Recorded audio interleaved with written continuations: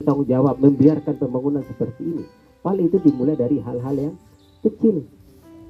Lubang yang kecil itu mungkin kalau cuma satu truk apa L300 itu berapa itu? 300.000 Pak Wali ya. 300.000 mungkin selesai. Kalau ada 30 orang itu cuma 10.000.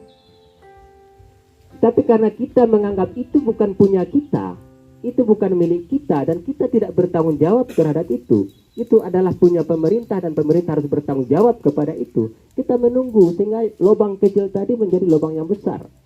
Dan sadarkah kita berapa kerugian ketika kendaraan kita rusak gara-gara melewati jalan itu?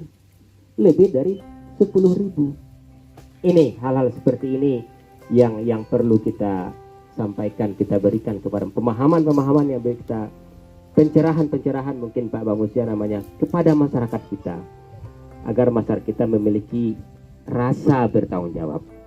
Jadi ada rasa memiliki, karena kita memiliki rasa memiliki tersebut, tentu kita harus memiliki rasa bertanggung jawab. Ini hal-hal seperti inilah yang paling penting, sehingga apapun infrastruktur yang kita bangun itu betul-betul berguna, bermanfaat bagi masyarakat. Saya pernah mengusahakan Pak Bamus sebuah tempat mencuci itu MCK. Saya cari dari dana pusat, karena satu daerah di tempat saya, di Jorong saya, di Ujung Gading, itu masyarakat itu tidak ada yang memiliki sumur. Semuanya ke sungai, mencuci ke sungai, buang air besar ke sungai, mandi di sungai. Ada tanah desa, ada tanah bekas tanah desa. Wali nagarinya saya lobby, dananya juga kita carikan, sehingga MCK di situ berdiri. Cuma sekarang MCK itu menjadi kandang ayam. Kenapa? Karena masyarakat mengeluh. Apa yang menjadi keluhan masyarakat? Kebaan listriknya Pak, air diambil pakai senio, mesin pompa air. Listriknya dari mana? Apa mereka tidak sadar? Itu menghabiskan ratusan juta, karena mereka tidak mau dalam satu lingkungan tersebut iuran mungkin 5.000 per bulan. 5.000 per bulan itu sudah banyak itu. Sehingga akhirnya bangunan tersebut menjadi kandang ayam. Ada tetangganya di situ yang dekat situ, karena ayam ya dibikin aja kandang ayam. Dana yang begitu besar menjadi sia-sia ketika masyarakat sekitar tidak memiliki rasa memiliki, tidak ada rasa memiliki, dan tidak ada rasa bertanggung jawab terhadap apa yang dibangun. Begitu juga dengan jalan. Jadi Bapak-Bapak, Ibu-Ibu yang kami hormati, ini saya sampaikan agar kita bisa menularkan pemikiran ini kepada masyarakat kita terhadap apapun yang kita bangun ini betul-betul bermanfaat, berhasil guna kepada masyarakat kita. Bapak-Bapak, Ibu-Ibu yang kami hormati, kemudian juga kami sampaikan bahwa kita telah selesai melaksanakan pesta demokrasi pilkada. Sebelum pilkada juga saya sampaikan, setelah pilkada saya juga menyampaikan bahwa pilkada itu adalah hal biasa-biasa saja. Pileg, pilpres, pilkada itu hal yang biasa-biasa saja. Kenapa saya katakan biasa-biasa saja? Karena itu satu rutinitas yang terus kita laksanakan. Selama negara ini ada, pilkada tersebut akan selalu kita laksanakan selama 5 kali setahun. Satu kali 5 tahun. Pemimpin datang silih berganti, akan datang silih berganti. Yang penting bagaimana kita masyarakat di Pasaman Barat ini bisa membangun kerjasama dengan pemerintah di kabupaten. Membangun hubungan-hubungan dengan dinas di pemerintah nagari, harus lebih proaktif. Karena kalau kita bicara tentang pemerintahan negara itu ikut BAMUSnya di situ. BAMUS juga harus proaktif. Apa yang bisa kita perbuat? Kalau sekarang memang anggaran kita di pemerintah daerah Kabupaten Pasaman Barat itu secara nasional sebenarnya itu sangat terkuras. Ada refocusing namanya, refocusing anggaran, refocusing realokasi anggaran terhadap penanggulangan COVID-19. Namun ke depan tentu saja ini akan selesai. Begitu COVID ini selesai, tentu kita kembali ada anggaran untuk pembangunan. Dan bagaimana meraih pembangunan itu, menarik pembangunan itu ke nagari kita, tentu harus ada peran aktif dari pemerintahan nagari, baik wali nagarinya maupun BAMUSnya. Banyak sektor sebenarnya yang bisa kita kembangkan. Kalau selama ini kita hanya berpikir tentang pertanian, perkebunan, ke depan dalam 10 tahun yang akan datang, 20 tahun yang akan datang, masyarakat Nagari Kapa tidak lagi bisa bergantung kepada sektor pertanian dan perkebunan.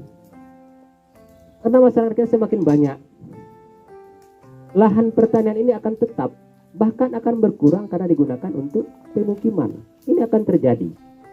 Apa yang harus kita lakukan? Apa yang harus kita lakukan mengantisipasi suatu persoalan yang pasti akan terjadi kepada kita. Kalau Bapak Ibu pergi ke Jakarta, misalnya Jakarta itu waktu dulu namanya Sunda Kelapa itu masih kecil. Masih kecil, hanya berada di pinggir laut. Ketika beralih menjadi Batavia, semakin membesar, sekarang menjadi Jakarta itu luar biasa besar. Hal ini akan terjadi kepada kita. Simpang 4 mau tidak mau akan menjadi kota besar.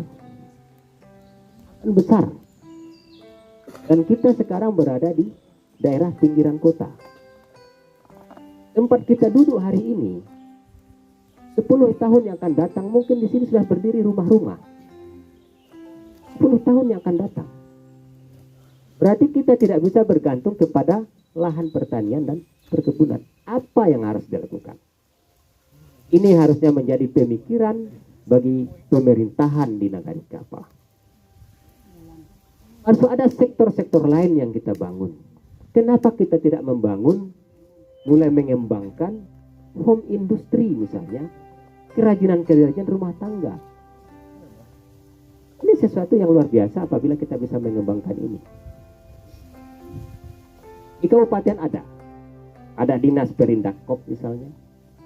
Ada dinas pangan yang bisa bagaimana pengolahan pangan. Ada dinas tenaga kerja yang mungkin bisa memberikan pelatihan mengenai keahlian kepada masyarakat kita. Ini pembentukan pemerintahan Nagari Kapa untuk memikirkan hal ini. Bagaimana Nagari Kapa ini setiap tahun terus meningkat kesejahteraannya. Tetapi apabila kita tidak memikirkan yang akan datang, maka tentu saja masyarakat kita akan semakin terpinggirkan. Ketika ada orang dari luar menaruhkan uang miliaran untuk kebun kita mungkin akan langsung menjualnya. Ini hal-hal yang perlu menjadi perhatian bagi pemerintahan Nagari Kapa, sehingga Nagari Kapa, masyarakat Nagari Kapa ini ke depannya akan dapat kita tingkatkan kesejahteraannya. Apa ayat Qurannya itu Pak Wali, karena Pak Wali ini yang Ustadz kan, buat satu perencanaan apa yang harus dilakukan untuk hari esok. Jadi kita harus merencanakan ini. Pemerintahan nagari ini bukan. Dan untuk peresmian secara kata-kata mungkin kita resmikan di sini dengan mengucapkan Bismillahirrahmanirrahim.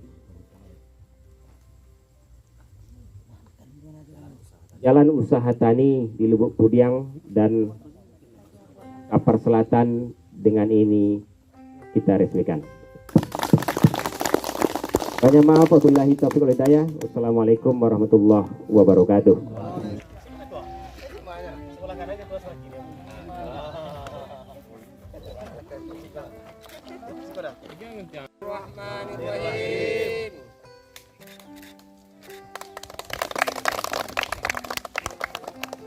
Terima kasih.